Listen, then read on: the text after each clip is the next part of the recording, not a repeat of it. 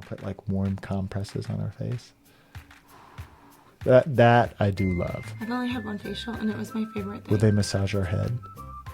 I don't know. They usually put something like towels on your arms and on your Oh, hands. man. Hello, and thanks for joining us today on Couples Counseling for Parents. I'm Dr. Stephen Mitchell. I'm Erin Mitchell. And I wanted to talk about a topic today that we've talked about before, but it's been a little while. And I feel like I've been thinking about it because I feel like it's a topic that's come up with some of the couples that we've been talking to. It is something that is always coming up. Right. So it's around this idea of in-laws and boundaries. And everyone just laid down and went to sleep right now. Quick nap. Just quick 15. Oh, okay. Or everyone's like Super energy, activated. like everyone is just like angry, Cortisol filled the body. fuming. No one's actually sleeping at all. Yeah. But I think the reason to have this conversation in a context like this, the reason we have this conversation, the reason we encourage couples to be actively talking about this is so that it can be a more neutral conversation. And I think one of the things to note, like, we're not talking here like terrible relationships. I think we're simply talking like Not couple. You mean like a terrible relationship with with in-laws. extended. Yeah, and we're kind of saying in-laws, but you just use the example of like your brother's coming into town, I think it can be extended to family just in general. And I think that why this is such a important conversation is that To be clear, a brother is an in-law. They are? A brother-in-law, a sister-in-law. That's so true.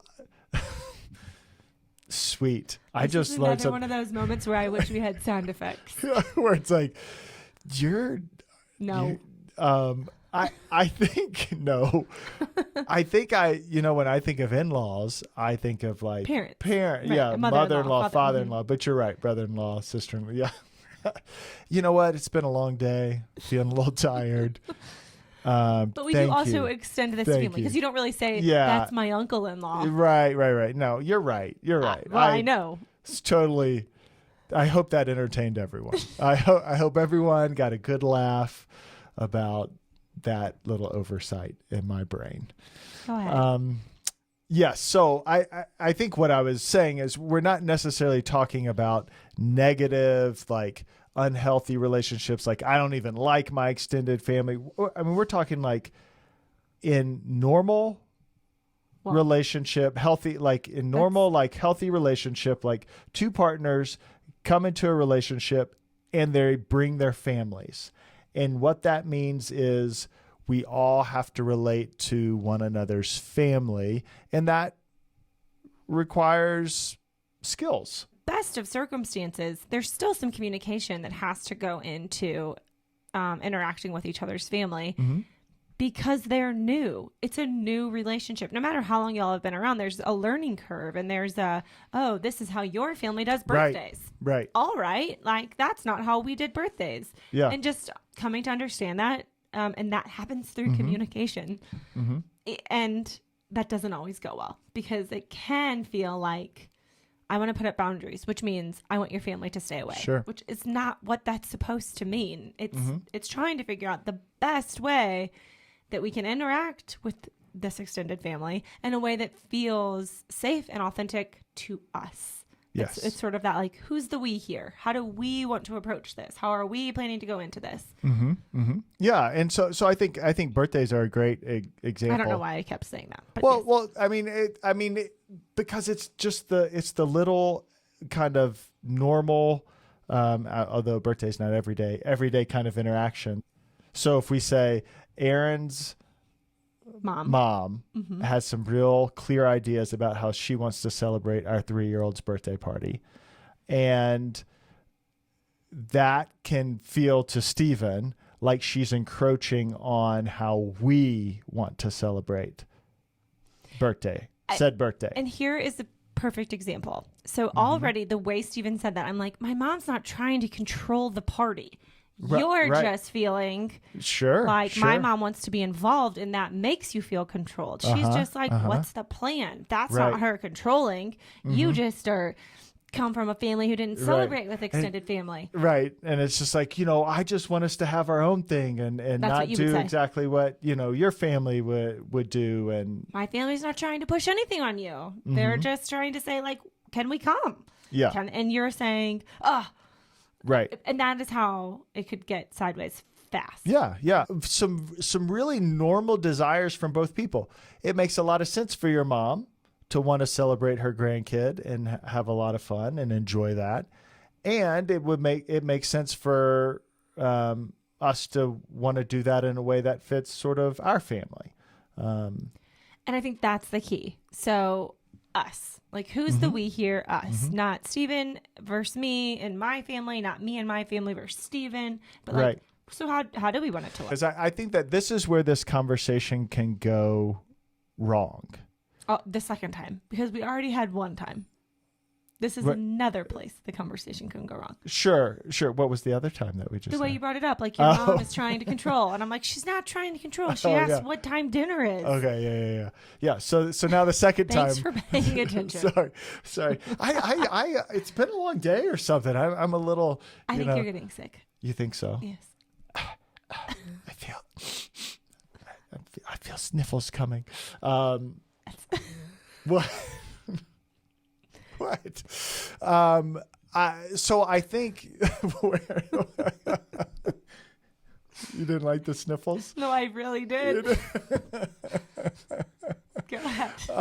So where I think that this conversation can go wrong the second time is, so Aaron and I, we have had different experiences around family birthdays. So for example, my family, the way they celebrated birthdays was, I don't know, what would you say? We didn't really celebrate birthdays. Or like it was much more an insular, like our family kind of thing. We didn't like have people over. We didn't have extended family over. Well, you didn't live near family, which I Right. do think impacts that. Right. But I mean, we didn't necessarily live near your family and people would fly in for it. So, so we didn't do that. We did, Fair. we just kept it our family. And there were some things I actually liked about that. I'm a little bit more of an introverted person, so I kind of like a little smaller group anyway. And so our birthdays, that was our birthday celebration. And that's kind of how I envisioned birthday celebrations would be in my family, because that's what I knew. Sure. Fair to say? Yeah, I think. You celebrated birthdays in your family. Go ahead. We've got 15 minutes for you to describe it now. It won't take long, I don't think. We had a friend party and we had a family party. So we always got to, I think always, even like pretty little kid, we got to invite a few friends to do something of our choosing. And then my brother and I are born 2 weeks apart. So usually we would have those combined. So like with all the aunts, all the uncles, all the cousins. Right. We would have a dinner and cake. Right. And that is your expectation about how Yes. we would celebrate birthdays. Yes. And it vicariously, like, also your mom's expectation, right? Like, so from your mom's, kind of perspective, like, so when are we having the family party? When are we having the friend party? That kind of thing. And I think I can't tell if I'm just trying to defend my mom or if I'm speaking largely to like a healthy sort of in-law extended family situation. My mom, I feel like, tried to tread very lightly around things like this. Yeah. Like, hey, what's the plan? Yep, I yep. don't know. But if there is one, I'd sure like to know. I think where the conversation goes wrong is Again. for the 18th time. This is where the conversation goes wrong, is we start interpreting these conversations in light of, well, my way of doing it is right, and your way of doing it is excessive and wrong or too much. Or you might look at my way and be like, well, your way is like not fun and like kind of boring and not celebratory. Would that be fair? Yes. Yes. and where couples get stuck in conversations about in-laws, about boundaries, is I think in that place where they feel like, look, the way I've done it is the right way. And you begin to like try to pull your partner over to doing things You're how you want it. I definitely think experience that's a component. I do think there's another piece, and I think to our experience, I think that this applies to couples we worked with as well, though. I think you would have been happy to have planned a party, but to feel like it was because that's what my family needed is going to make you dig your heels in hard and fast. Like, Yeah. no, I'm not having some party so your family can feel like feel they better. got Yeah. what they needed, so they Right. were a part of our kid. Like, this is our Right. kid. I'm not doing this for them. And so it would Sure. be like there could be sometimes a no posture. Same for me. Like, rather than choosing like, well, what do we want? Being like, I'm not going to not celebrate. I'm not going to, whatever. I don't, that was never really a conversation, but like, I don't want to mutually feel controlled. So I also Right. dig in hard about like, Right. No, we're doing it this way. We're going to, the have the two fear parties. of control, because Stephen and I have never intentionally tried to control the narrative, but that Right. fear of like, don't make this go a certain way, or I'm not going to do that because that's what's expected of me. Right. We're both pretty contrary people Yes. and very strong. You more than me. And if we think or feel or So get that contrary. sense that someone that has an expectation A of true us, contrarian. I tried to keep going. I like that one though. A true contrarian. That's a word, right? I don't. Is your Well- brother really my brother-in-law? Yes. Yes.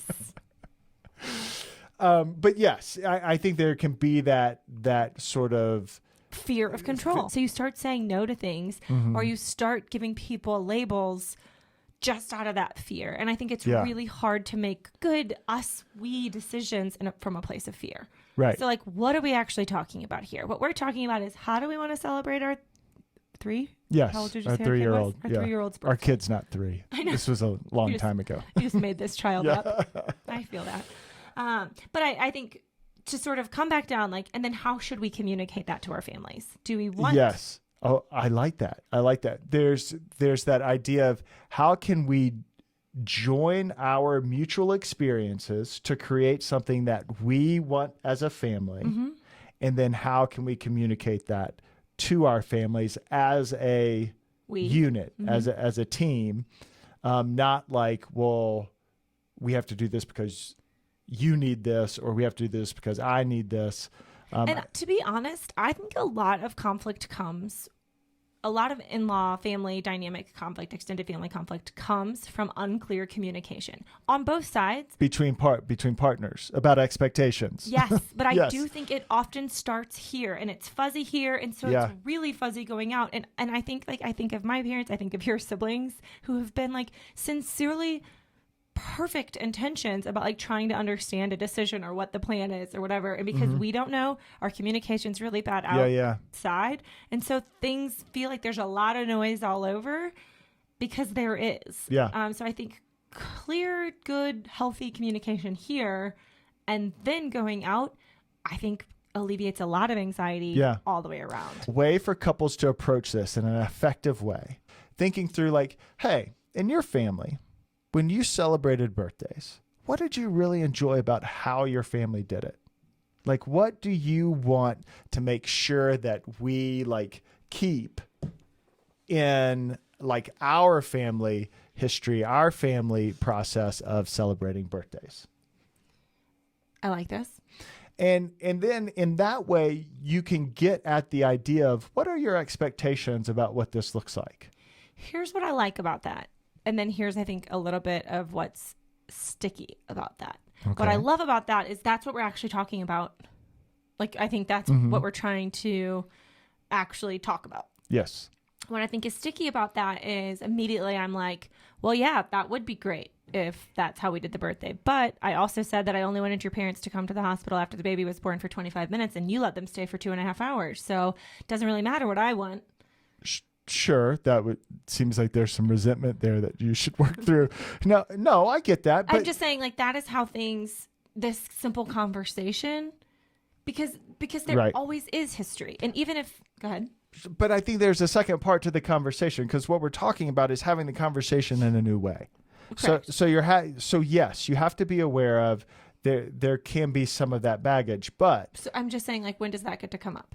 next. Okay. So, for example, so you've established what it is that you want, and then you say, okay, how can we communicate this to our families? What is going to be a way that's going to feel good for both of us in terms of communicating this with our families? I think that's how you. I think that's how you get at the not repeating the. I said I didn't want your parents to come to the hospital or whatever, and they did. So It's right. I think, yes. I think, though, that is the next place, though, where things get sideways, because now we're talking about the hospital, which, if our baby is 3, right, was 3 years ago. So now it's like, oh my goodness. And now everyone's back to like either despairing or angry, or now Sure. it's like, oh, you just hate my parents. I'm like, they just were excited and right, whatever. right, You're back. You're like stuck. And now you're not talking about what you came to talk about. right. So either I think those things need to be resolved. So somehow there needs to be some like accountability or some forgiveness Sure. in that birth story conversation.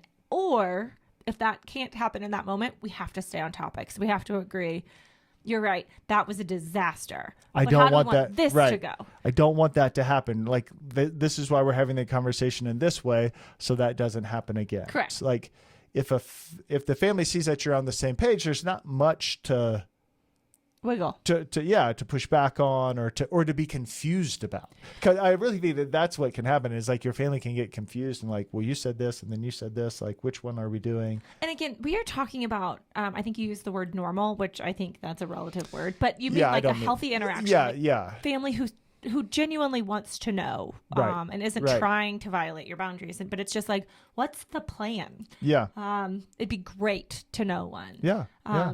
Even if they can be pushy about it or have an agenda Or have their own thoughts or their own ideas or things that they want. I mean, that's fine. People, like, you're a human being. We all have those things.